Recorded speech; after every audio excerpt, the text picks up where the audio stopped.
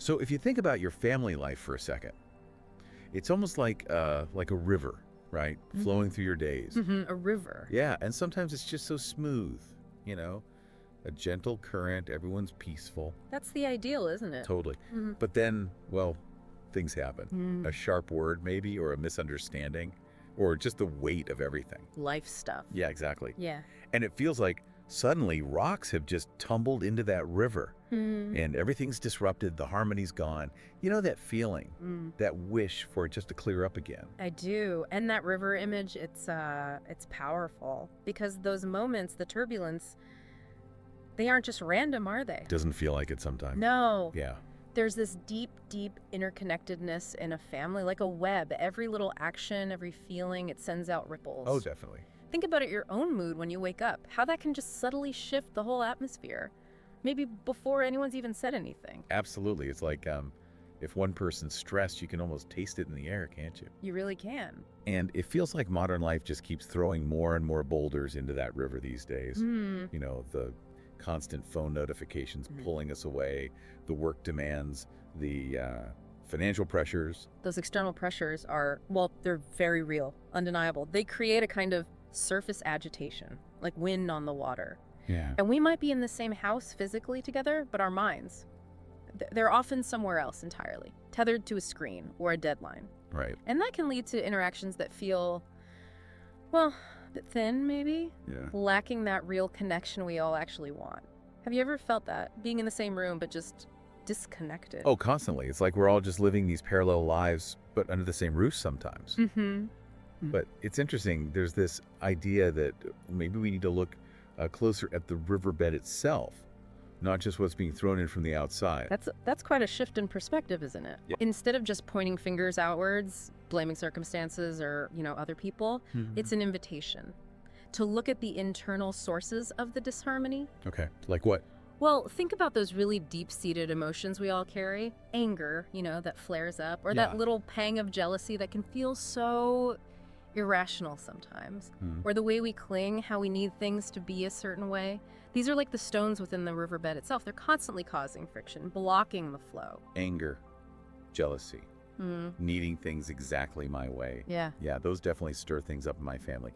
That moment when, like, a simple request gets a sharp no, and the anger just boils up. It's so easy to get caught in that loop. Exactly. And anger often comes from those unmet expectations, doesn't it? That feeling of, this should be different. Right. And jealousy, even in subtle family ways, it can stem from those insecurities deep down. The fear maybe of not being loved enough or valued. And then there's attachment holding on so tight to our own views that there's just no room left. No space for someone else's perspective. How often does that happen, even in small disagreements? Way more often than I'd probably like to admit. I have this, like, really clear picture of how mornings should run, for example. Okay. And when that gets messed up, I feel that tension instantly. It's like I'm just gripping onto that perfect morning image. That grip, that resistance to what is, that's a key part of what disturbs our inner peace. And as a result, the peace of the whole family. Yeah. There's a really beautiful analogy that comes to mind. It's about a pond.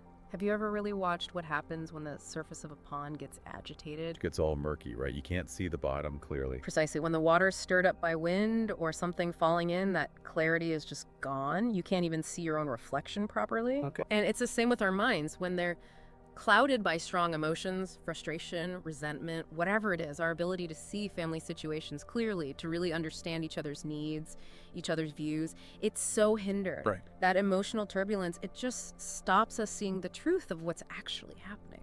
The answer isn't necessarily stopping the wind or, stopping things falling in the pond. It's more about learning to still the water from within. Yes. And that's where something like meditation comes in, isn't it? It's talked about as this way to find that inner stillness.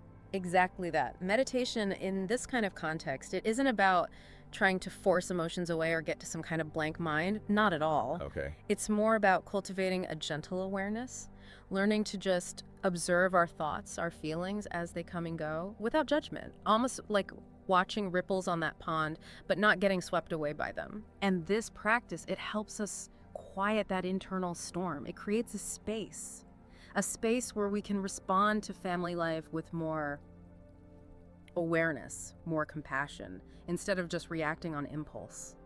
It's really interesting how modern psychology seems to be saying similar things now.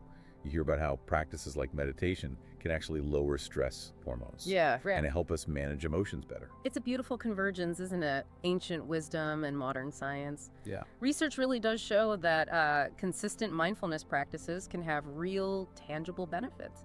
Lowering cortisol, like you said, can lead to feeling calmer, more resilient when things get stressful. Which is pretty much daily. Pretty much daily, yes. Yeah. And improved emotional regulation means we become less reactive, more able to handle those inevitable family clashes with a bit more space, a bit more understanding. What kind of impact do you imagine that sort of inner calm having in those really tense family moments? Wow. It's almost hard to picture, honestly. My first reaction in an argument is usually just defense. Defend my point. Mm-hmm. That's common. But if there was that space, that pause you mentioned, Yeah. maybe things wouldn't blow up so fast. That pause, that moment of non-reaction, that's precisely where the possibility for a different outcome lives. Okay. It's like building a little bridge, maybe, across the troubled water of a conflict. A way to connect heart to heart even when you disagree strongly. So meditation, in this sense, it's not just about finding your own personal peace. It's about strengthening the very foundations of harmony in the family. So, okay, we've talked about what stirs up the river, the outside stuff, and our own internal rocks, I guess. Yes. And meditation is this tool to create some stillness. Yeah. But how does that stillness actually, practically change things? How does it make family life more harmonious day to day? Well, it's not like waving a magic wand, of course. It takes practice. Sure. But just think about it.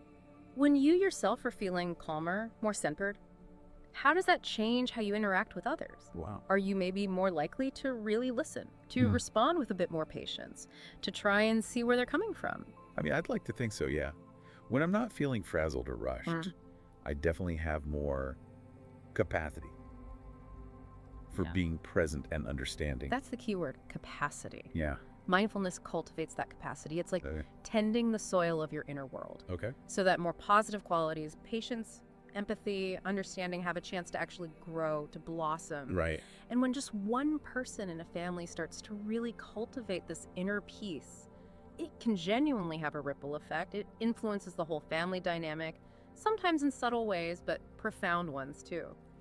Have you ever noticed how sometimes one person's calm presence can just diffuse a tense situation? Oh, definitely. It's Yeah. like their stillness just creates this little pocket of calm, Yeah. and maybe others can step into it. Exactly. It's an invitation, a gentle one. Okay, so how do we actually weave this in, Yeah. practically? Well, there's so many small ways. It doesn't have to be a huge commitment. Maybe starting the day with just a moment of shared quiet, even just a minute or two. Focusing on your breath together, or perhaps bringing a mindful awareness to something simple, like eating a meal together, really tasting the food, noticing the company, noticing textures, smells. Instead of just shoveling it in while thinking about work. Precisely. What small kind of ritual like that might feel possible, accessible in your own family? We definitely rush through breakfast. Yeah. Everyone's just focused on getting out the door. Yeah. But maybe Yeah. just taking 1 minute Yeah. before we start eating to just be silent together, notice our breath. That feels like something small we could actually try. Manageable. And those small steps, done consistently, they build a really powerful foundation over time. Okay. You could also try things like mindful movement together, a slow walk maybe, where you really pay attention to your surroundings and to each other, not just marching along. Yeah. Or even something really simple like agreeing on a pause and breathe signal for when tensions start to rise during a disagreement. A pause and breathe agreement. I like that idea. Instead of just jumping down someone's throat, just a moment. Step back, take a breath. That could actually be really helpful. It just creates that crucial little space, doesn't it, between the trigger, whatever was said or done, and the reaction. Right. And in that space, a more thoughtful, more compassionate response becomes possible. It's about consciously choosing how we navigate those bumps in the river instead of just being swept away by the current of our, immediate emotions. It feels like a really big part of this is also about letting go. Yeah. Letting go of those rigid expectations I mentioned earlier, that clinging to how things should be. Precisely. So often our own suffering comes from that gap, doesn't it? The gap between our expectations and the reality of the situation. Yeah. In a family, this can show up as really fixed ideas about how our kids should behave or how our partner should act or how the house should look. Guilty as charged. We all do it. But mindfulness helps us become more aware of these rigidities and maybe approach each moment with a little more openness, more acceptance, recognizing that life and relationships, they're always changing, always flowing, like that river. So it's not just about managing the tough times better, but also about appreciating the good moments more, being really there for the laughter, the connection when it happens. Exactly that. It's about cultivating a deeper appreciation for the simple richness of everyday family life, those subtle joys that can so easily get missed when we're rushing around. It's about tuning in, not just to the big holidays or events, but to the small, tender moments of connection that happen all the time if we're present for them. And this other idea about how others can sort of mirror our own inner state, that's a big one. It is a profound insight, yes. So if I'm constantly feeling irritated by something a family member does, could that actually be a sign of something I need to look at in myself? It's a possibility worth exploring, gently. Our external world can often act like a mirror, reflecting our own internal landscape back to us. Right. When we find ourselves consistently agitated, really bothered by a particular trait in someone we love, it can be an invitation to turn our gaze inward and just explore with curiosity whether we might harbor a similar tendency, maybe one we haven't fully acknowledged or accepted in ourselves.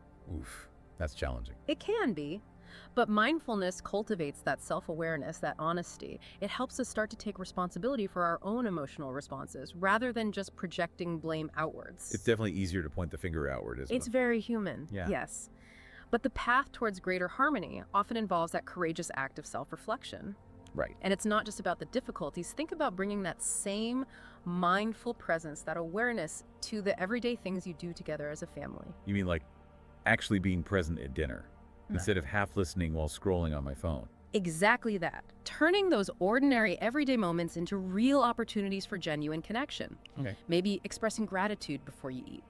Really listening without interrupting when someone shares something about their day. Truly savoring the taste of the food. These small acts of mindfulness, they deepen our bonds. They create a stronger feeling of togetherness. It sounds like it's about shifting. Shifting from just like going through the motions to really inhabiting the moments we have together. That's beautifully put. Inhabiting the moments. And when we approach family life with that kind of presence, that awareness, it doesn't just enrich our own experience. It creates a more nurturing, more supportive space for everyone. Yeah. It allows for the possibility of unlocking hidden potential, both in ourselves and in our loved ones too. We might discover strengths or qualities we hadn't noticed before. So really, it's not just about smoothing out the bumps in the road, the conflicts, but about fostering this deeper sense of well-being for the whole family unit, where everyone feels, seen and valued for who they are. Precisely. It's a journey towards, you could call it collective flourishing, where peace and understanding become more and more the guiding principles in your home. And challenges will still come up. Of course they will. Life brings challenges. But these tools, these practices of mindfulness, they give us a way to navigate them with more wisdom, more compassion, leading ultimately to a richer, more meaningful connection with the people you hold dearest. That sounds like a really beautiful vision, worth striving for. So for someone listening right now, maybe feeling inspired, but also a bit overwhelmed, what's one really small step they could take, maybe even today? Perhaps just taking 5 minutes together. Find 5 minutes for a moment of shared quiet. Maybe just focusing on breathing, or each sharing one small thing you feel grateful for. Okay, 5 minutes. Or simply making a conscious effort the very next time you talk with a family member to truly listen. Just listen. Without planning your response, without interrupting, without judgment. Just offer your full presence. Choose something small, something that feels sustainable. And maybe remembering that we deserve that same kindness too, that understanding we're trying to give our families. Absolutely. Self-compassion it's vital. It's the foundation. Remembering that you too are worthy of your own love and affection, as the Buddha taught. And from that place of self-kindness, extending it outwards. And remembering too that the peace we manage to cultivate within our own homes, however small, it does ripple outwards. It contributes something positive beyond our own four walls. That's a really powerful reminder. Thank you. Thank you for guiding us through this deep dive today. It really feels like a journey worth taking with courage and curiosity and definitely an open heart. It is indeed. Thank you.